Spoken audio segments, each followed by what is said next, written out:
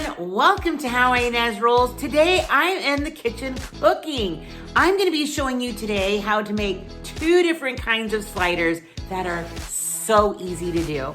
Let's get started. So these sliders that I'm making are really not for my family. Boo-hoo. But I am making them for Paul's work. So he has a little get together that they're doing for Halloween, and he asked me to make these sliders, which of course I will do. So first off, I'm going to be making a steak and cheese slider, and I'm also going to be making a ham and cheese slider. It is so easy to do. Let me know down below if you've ever made these before. If not, you're in for a treat because it is, like I said, super easy and so delicious. So the first thing I'm actually going to get started by doing is doing my favorite part, cutting onions. Ew. So if you've been watching me for a while, you know I'm not a huge fan of onions. They are very strong, like too strong. So I love using dehydrated onions in my recipes because I could just pretty much sprinkle that in. So I'm just cutting these nice and thin so that way, because I'm going to be putting them inside of the sandwich, and I'm probably not going to use them all. So I'm going to also garnish it on the side. So if people want to put more into it, they can. So I'm also going to be doing a bell pepper as well. And then we're just going to let it sweat and cook it up a little bit. It'll be good to the people who love them. So onions and bell peppers are done. Let's start frying them.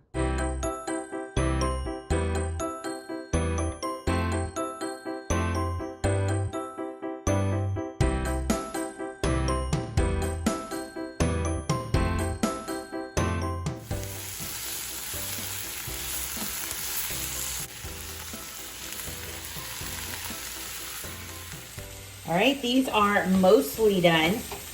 There's just a bit of a bite still on the green peppers, which I still have to bake these in anyways.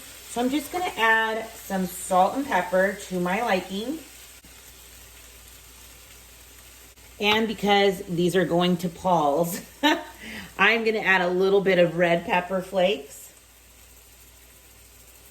Just get that all mixed in. Yes, this is looking good. I mean, I know that this is the way Paul really likes them.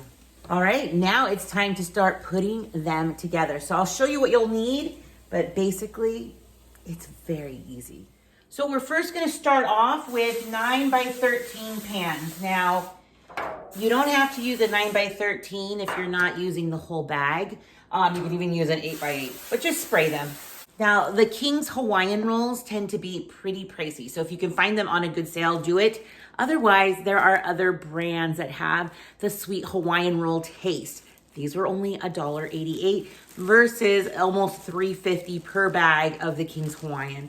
So you're just gonna take them and don't break them apart. We need them to stay intact. We're just going to slice it all the way through. I'll bring you closer.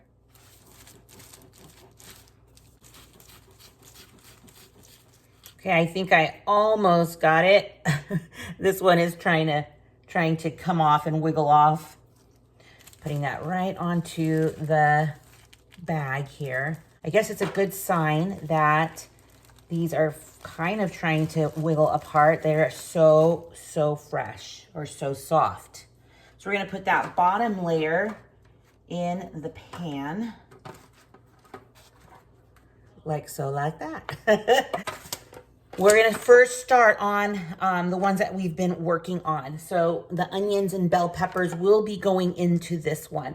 So first things first, you're going to put your favorite barbecue sauce. So this one's Paul's, but if you want to have a yummy sweet barbecue sauce, take a cup of ketchup, half a cup of brown sugar, and a quarter cup of Worcestershire sauce, and it will make a delicious barbecue sauce.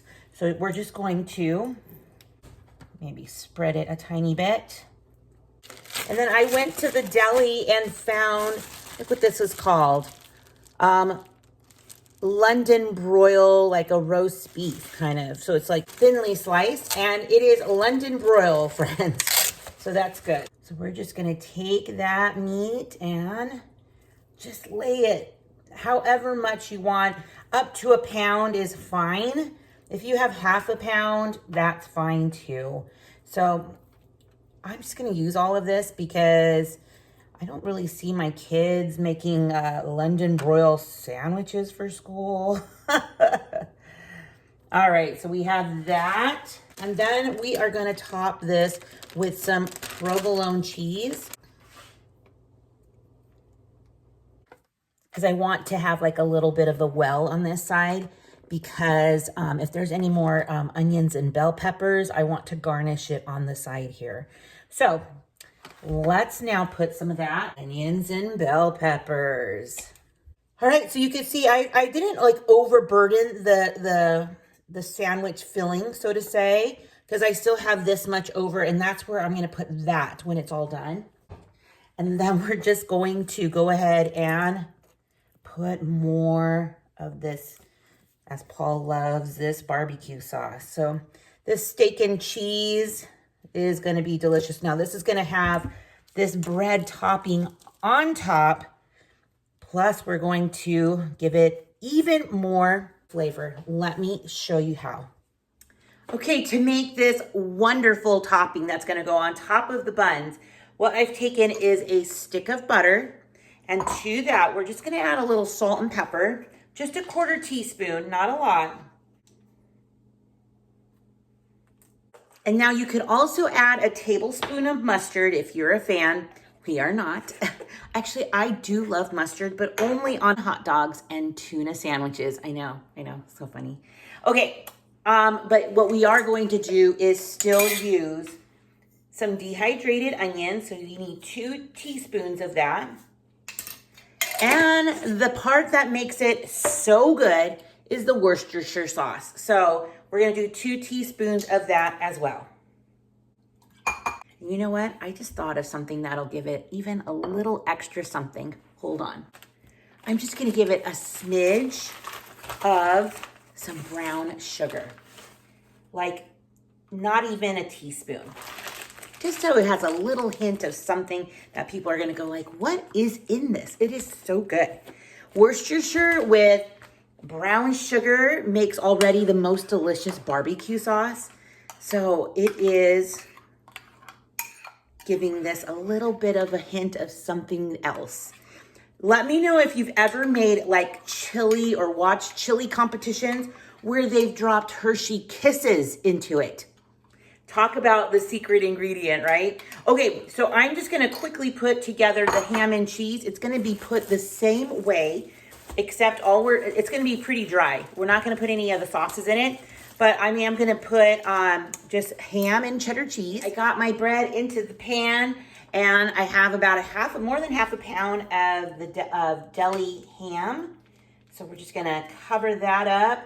This one is probably my favorite because I just love a hot ham and cheese sandwich, and this is exactly what that is.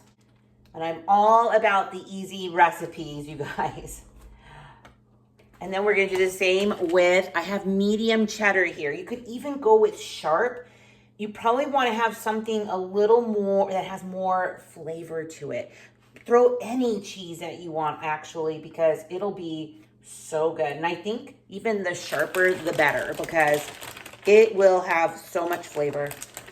Wonderful. So what we're gonna do is just put those on, the top on here, and then I'm gonna bring you closer to show you what we're doing with the butter. Okay, we're just gonna slather this all over. So you can see where the poppy seeds would really start popping out right now, all over these buns. It's not that we don't dislike them, it's just I actually don't even have any, but you can still make it with this. You can see that there's still the onion bits in there. So this is a stick of butter, right? So if you were just making one part of this, I wouldn't even do a whole stick. I would just do a half of a stick. So something to keep in mind. It's just that it's gonna have a lot of butter on that if you choose to just do the one stick for the one pan. But just something, if you're with that, you're down with that, just go ahead and go with it. There are so many recipes online for this. So there's so many different kinds of ways. I actually was looking at some recently and I'm like, oh man, this recipe was calling for mayonnaise and Miracle Whip as like the creamy base, right? That goes on top. And if I had made those for my family, they would have not even looked at them. Our family, or my kids, my husband, they are really quite anti-mayonnaise, which is funny because I actually quite love it. So you can see they're starting to get this like beautiful like coverage on there. I'm gonna use all of it. So I'm gonna not waste any of this good flavoring. And then I'll show you what we're gonna do next. All right, so now we're just going to cover these with some foil because they're gonna be baking in the oven. And that's actually how we're gonna transport them as well.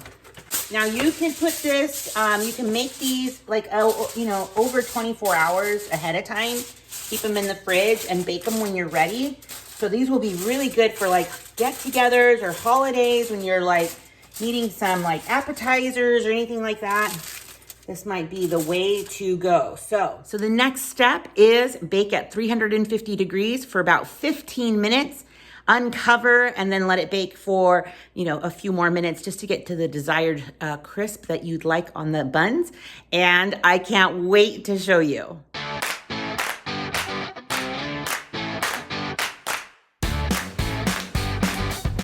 Ooh, it smells so good in my kitchen. Take a look at those. Feast your eyes.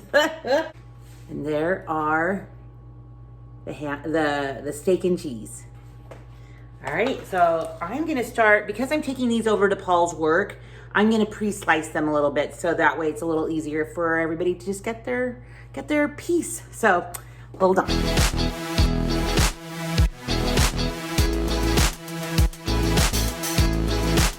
So I am about to leave to go take those over to Paul's work. I can't taste them, but they look and smell delicious. So Paul did report that everybody really enjoyed them. So they are quite the crowd pleaser. I hope you will use the recipe. Let me know down below if you do, and have a wonderful evening, rollers. Stick around. You just never know what I'll be rolling out next. Bye, everyone.